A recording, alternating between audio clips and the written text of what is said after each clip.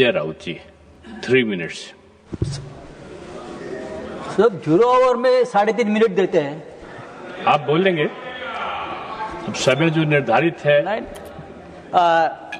Deputy chairman sir, ये जो central arm police force का बिल आपने लाया है, ये आर्म फोर्स को वन अम्ब्रेला लॉ के अंदर लाने की आपकी कोशिश है। ये जो बड़े बड़े हमारे संस्थान है जैसे BSF, CISF, CRPF, ITBP, SSB, लेकिन ये सभी फोर्सेस में इतनी अनरेस्ट हम देख रहे हैं अभी कि आपका अम्ब्रेला फट जाएगा, नहीं तो उड़ जाएगा। पूरा फोर्स में अनरेस्ट है।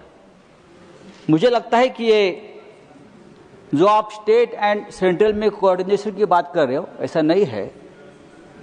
ये एक फोर्स की कमान कैप्चर करने की कोशिश है और ये ठीक नहीं है।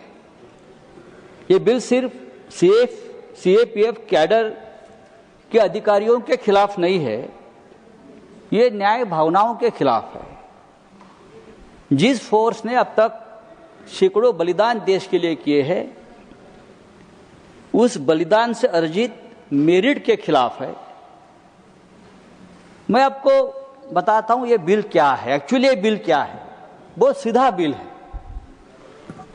ये बिल एक्चुअली क्या है, एक उदाहरण के तौर पर, बुरा मत मानिए, एक उदाहरण के तौर पर मैं बताता हूं।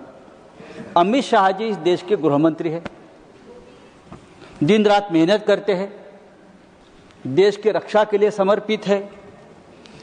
370 हटाया, लॉ एंड ऑर्डर संभाल रहे हैं और भारतीय जनता पार्टी को जिताने के लिए बहुत मेहनत भी करते हैं। चुनाव आयोग, supreme court, ED, CBI, BJP को इस तरह से मैनेज कर लेते हैं कि बस और कोई मैनेज नहीं कर सकता है।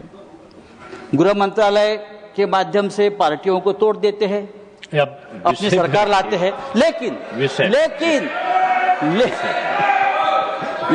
अचानक पीएमओ से ऑर्डर आती है,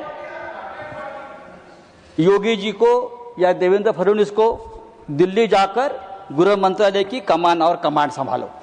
आप विषय पर, लेकिन अमित भाई अपना काम करते रहेंगे, उनको मत डिस्टर्ब करो। देख के बजाय इधर देख कर बोलिए। ये बिल ऐसा ही है, सीएपीएफ अपना काम करता रहेगा, लेकिन इस फोर्स की कमान होगी आईपीएस के पास।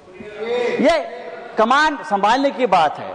देखिए, अगर किसी एक मंत्रालय की कमान किसी और को दी जाती है तो वो कितना डिस्टर्ब हो जाएगा, पूरा विभाग, पूरी मिनिस्ट्री।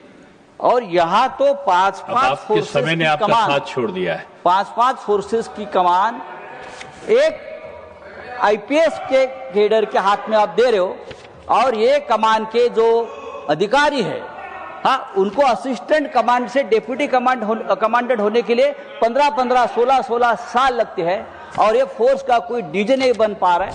आप डीजी की पोस्ट बढ़ाइए, आप एडिशनल डीजी की पोस्ट बढ़ाइए। बहुत धन्यवाद। ये करिए, लेकिन फोर्स के ऊपर अन्याय मत करिए, क्योंकि यही फोर्स है जो ये संसद को, एयरफोर्स, हम सबको हमारी सुरक्षा कर रहे हैं।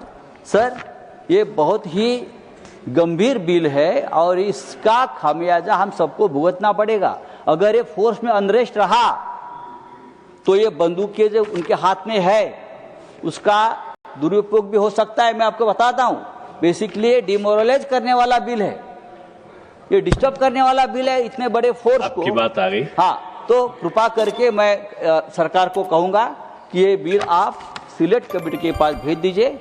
चर्चा बहुत हो चुकी है, उसका ऊपर पुनर्विचार होना चाहिए, क्योंकि ये बिल सामान्य बिल नहीं है, ये असामान्य बिल है।